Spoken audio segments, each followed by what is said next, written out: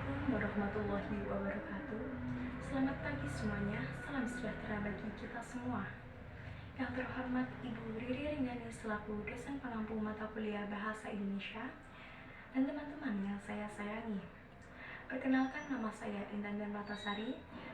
Saya dari program studi Ilmu Administrasi Negara, Fakultas Ilmu Sosial dan Hukum.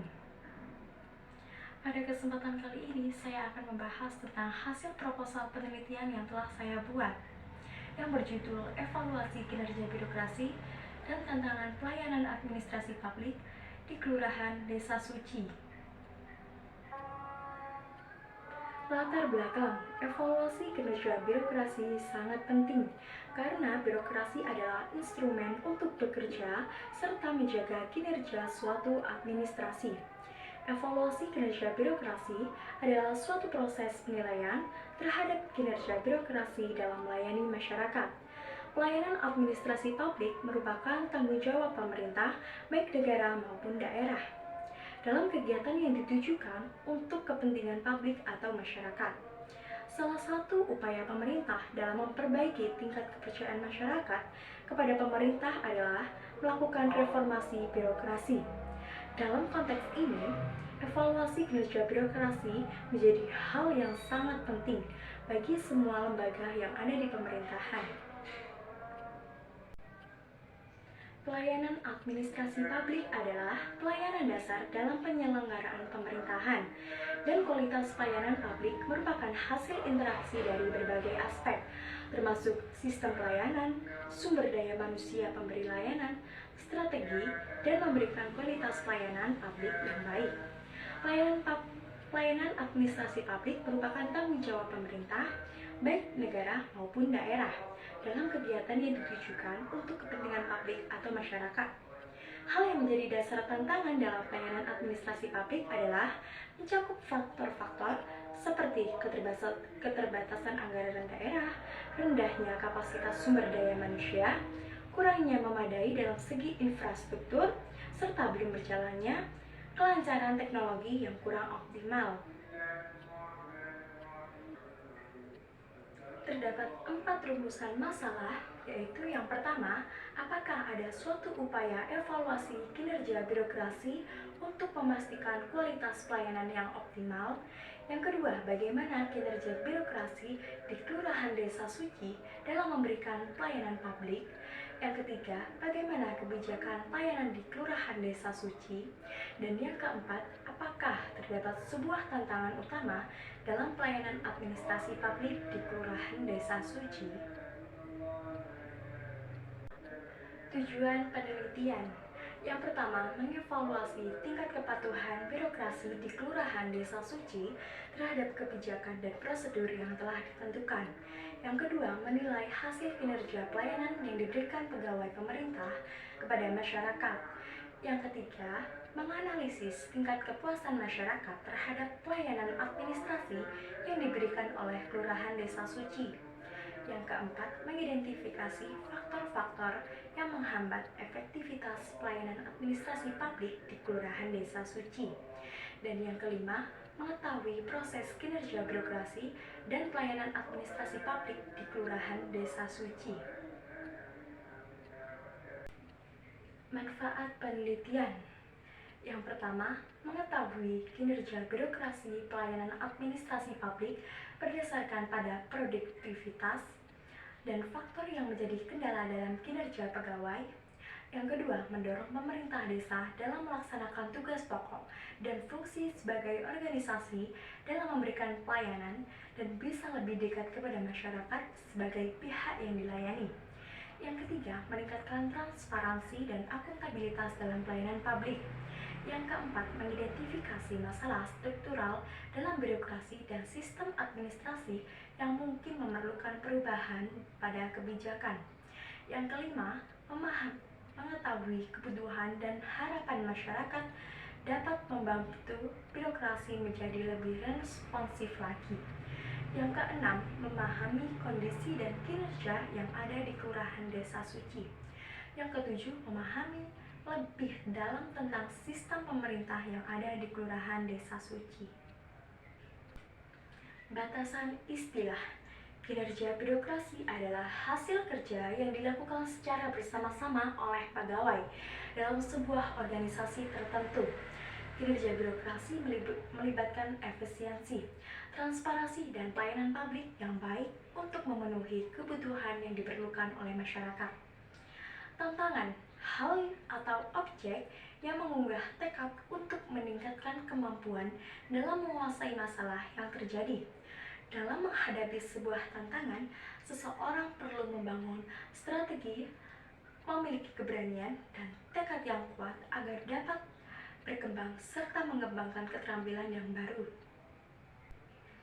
Pelayanan administrasi publik adalah kegiatan atau rangkaian kegiatan dalam rangka-rangka pemenuhan kebutuhan pelayanan sesuai dengan peraturan perundang-undangan bagi setiap warga negara dan penduduk atas barang, jasa, atau pelayanan administratif yang disediakan oleh pegawai pelayanan publik.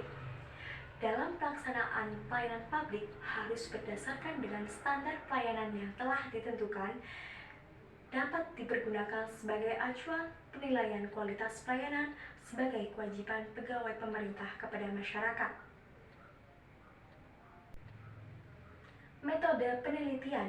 Metode penelitian yang digunakan pada studi kasus ini adalah metode kualitatif. Metode kualitatif sebagai prosedur penelitian yang menghasilkan data deskripsi berupa kata-kata tertulis atau lisan dari orang-orang dan perilaku yang dapat diamati oleh peneliti, sehingga dapat mengetahui lebih detail informasi mengenai proses kinerja birokrasi dan bagaimana pelayanan administrasi publik yang ada di Kelurahan Desa Suci, dan menganalisis secara mendalam aspek-aspek tertentu dalam kehidupan di Kelurahan Desa Suci. Landasan teori. Evaluasi kinerja birokrasi adalah penilaian proses untuk menentukan nilai layanan informasi atau produk sesuai dengan kebutuhan konsumen atau pengguna atau pengumpulan dan pengamatan dari berbagai macam bukti untuk mengukur dampak dan efektivitas dari suatu objek, program, dan proses yang berkaitan. Kinerja birokrasi publik merupakan hasil kinerja yang dilakukan secara bersama-sama oleh pegawai dalam sebuah organisasi. Pencapaian kinerja tersebut tentunya dapat dilihat dari pencapaian target kerja yang telah disusun dan adanya dukungan serta upaya dari seluruh bagian unit kerja. Kinerja birokrasi mencakup penilaian terhadap sejauh mana suatu organisasi, pemerintahan, atau birokrasi mencapai tujuan-tujuan yang diinginkan. Tantangan pelayanan administrasi publik. Tantangan adalah hal atau objek yang mengunggah tekad untuk meningkatkan kemampuan mengatasi masalah. Orang yang memanfaatkan kesulitan sebagai peluang akan menjadi lebih berani, memiliki keterampilan, dukungan, dan sumber daya untuk mencapai keberhasilan. Pelayanan administrasi publik adalah rangkaian kegiatan dan layanan yang disediakan oleh instansi pemerintah kepada masyarakat. Hal ini mencakup berbagai aspek yang dirancang untuk memenuhi kebutuhan masyarakat, memberikan informasi, serta memastikan pelayanan kebijakan dan regulasi. Pelayanan administrasi publik dapat melibatkan proses pengajuan dokumen, memberi izin, layanan kesehatan, pendidikan, dan lain sebagainya. Pendekatan penelitian. Jenis penelitian ini adalah menggunakan pendekatan penelitian kualitatif deskriptif, yaitu dengan data yang dikumpulkan berbentuk kata-kata, gambar, bukan angka-angka.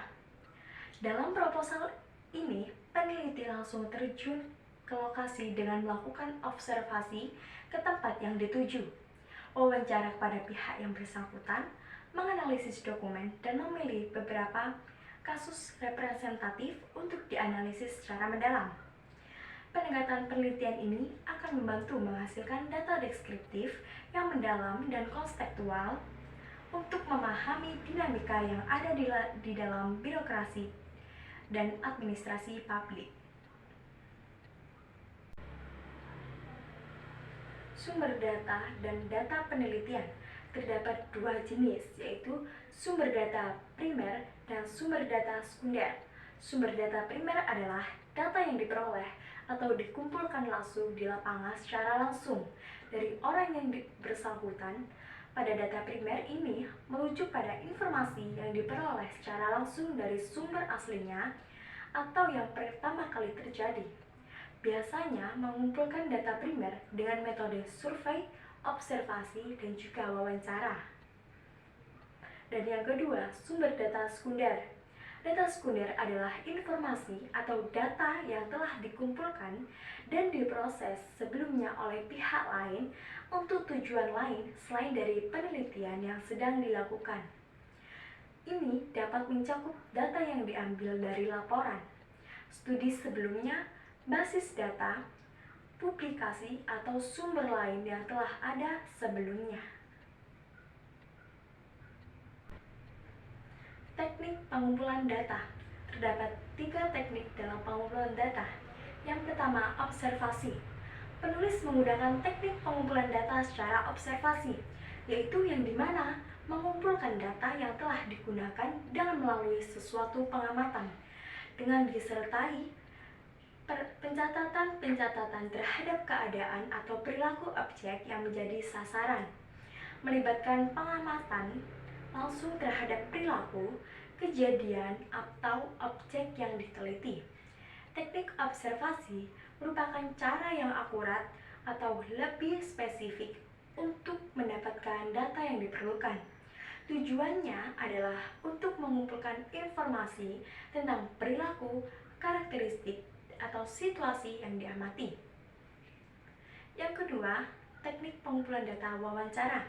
Selain menggunakan teknik pengumpulan data secara observasi, penulis juga menggunakan teknik pengumpulan data secara wawancara. Wawancara adalah pengumpulan data yang melibatkan interaksi langsung antara peneliti dan responden. Dalam wawancara, peneliti mengajukan pertanyaan langsung kepada responden dan mendapatkan tanggapan secara verbal.